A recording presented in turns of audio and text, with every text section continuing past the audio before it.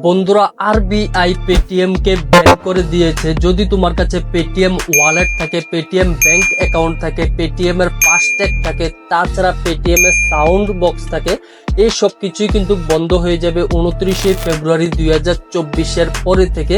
এখন তোমার মনের মধ্যে প্রশ্ন আসতে পারে, তোমার পেটিএম ওয়ালেটের মধ্যে টাকা রয়েছে, তোমরা তোমাদের পেটিএম ব্যাংক অ্যাকাউন্টে স্যালারি রিসিভ করে থাকো, টাকা রিসিভ করে থাকো, এইসব টাকার কি হবে?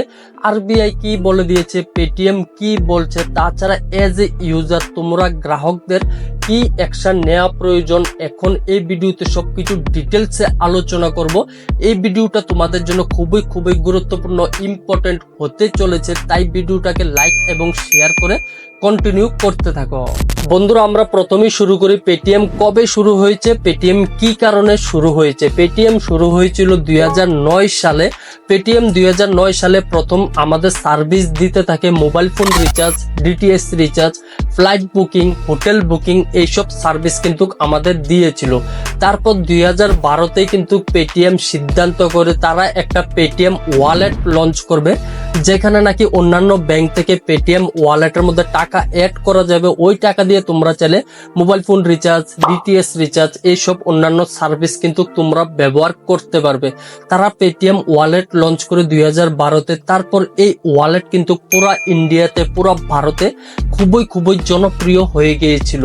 তারপরে পেটিএম সিদ্ধান্ত করে তারা পেটিএম ব্যাংক নিয়ে আসবে। 2017 সালে তারা পেটিএম ব্যাংক লঞ্চ করে দেয়। তারা পুরোপুরি পেটিএম পেমেন্ট গেটওয়ে সিস্টেম কিন্তু নিয়ে আসে বাজারে, যেটা কিন্তু গ্রাহকদের জন্য খুবই একটা সহজ ছিল। যে কোনো গ্রাহক চাইলে এখানে 1 থেকে 5 মিনিটের মধ্যে তার স্মার্টফোন দিয়ে কিন্তু পেটিএম ব্যাংক অ্যাকাউন্ট খুলে নিতে পারতো।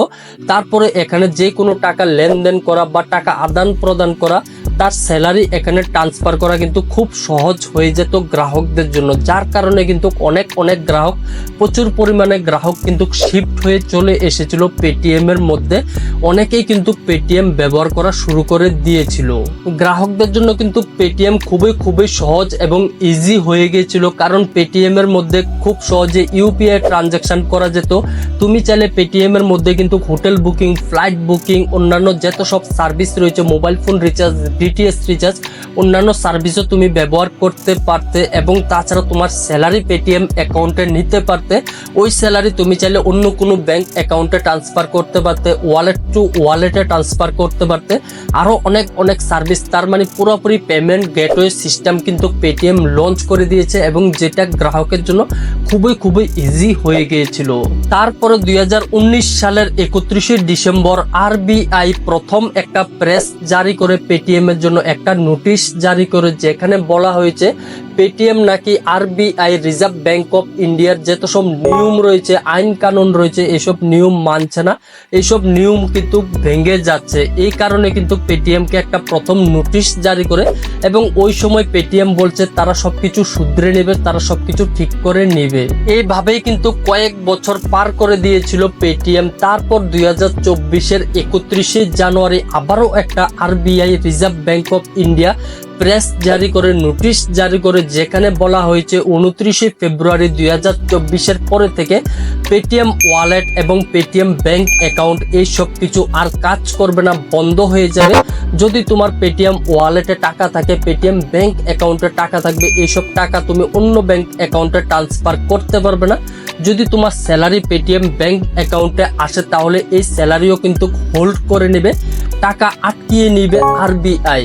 তার মানে পেটিএম এর ওয়ালেট এবং পেটিএম এর পেমেন্ট গেটওয়ে সিস্টেম, পেটিএম এর যে ব্যাংকটা রয়েছে, ওই দুইটা কিন্তু বন্ধ হয়ে যাবে 29শে ফেব্রুয়ারির পর থেকে। এই দুইটা আর কাজ করবে না, পেটিএম ওয়ালেট এবং পেটিএম ব্যাংক অ্যাকাউন্ট। কিন্তু পেটিএম এর যে ইউপিআই রয়েছে, ওইটা কিন্তু কাজ করবে।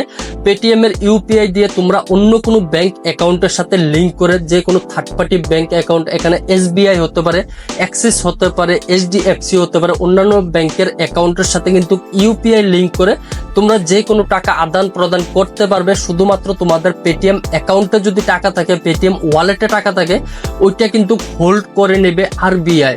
এখন আমরা মূল কথায় আসি, যদি তোমার পেটিএম ওয়ালেটে টাকা থাকে, পেটিএম ব্যাংক অ্যাকাউন্টে টাকা থাকে, তাহলে আরবিআই কি বলছে? আরবিআই বলছে যদি তোমার পেটিএম ওয়ালেটে টাকা থাকে, তোমার পেটিএম ব্যাংক অ্যাকাউন্টে টাকা থাকে, তাহলে তোমরা 29 ফেব্রুয়ারির আগে তোমরা এই টাকাটা অন্য কোনো ব্যাংক অ্যাকাউন্টে ট্রান্সফার করে নাও। যদি তোমাদের স্যালারি তোমাদের পেটিএম ব্যাংক অ্যাকাউন্টে আসে বা অন্যান্য কোনো অ্যাকাউন্টের সাথে লিংক রয়েছে যেখান থেকে তোমাদের টাকার সোর্সটা তোমার পেটিএম ব্যাংকের মধ্যে আসে, তাহলে ওইটাকে আনলিঙ্ক করে দাও। এখান থেকে আনলিঙ্ক করে অন্য কোনো ব্যাংক অ্যাকাউন্টে ট্রান্সফার করে দাও, যাতে করে তোমাদের টাকাটা, ওই স্যালারিটা অন্য কোনো ব্যাংকে চলে যায়, যাতে করে পেটিএম ব্যাংক অ্যাকাউন্টে না আসে। যদি পেটিএম ব্যাংক অ্যাকাউন্টে টাকা আসে 29 ফেব্রুয়ারির পরে বা পেটিএম ওয়ালেটের মধ্যে টাকা আসে, তাহলে কিন্তু ওই টাকাটা পুরোপুরি হোল্ড করে নেবে, টাকাটা আটকিয়ে দেবে আরবিআই, রিজার্ভ ব্যাংক অফ ইন্ডিয়ার। পরবর্তী সময়ে এই টাকাটা পাবে কি পাবে না এই বিষয়ে কিন্তু পুরোপুরি ক্লিয়ার করেনি এখনো পর্যন্ত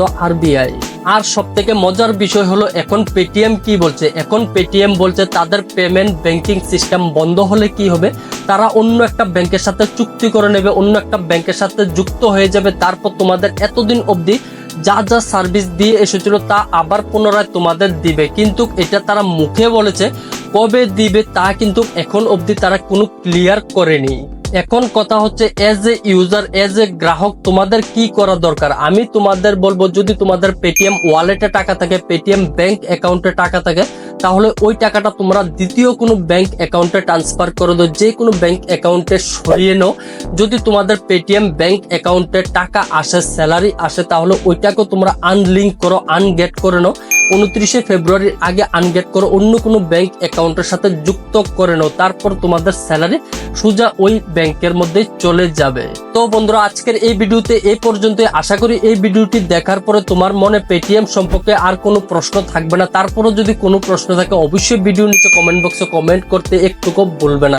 ভিডিওটি দেখার জন্য তোমার মূল্যবান সময় দিয়ে তোমাকে অনেক অনেক ধন্যবাদ। ভালো থাকবে, সুস্থ থাকবে।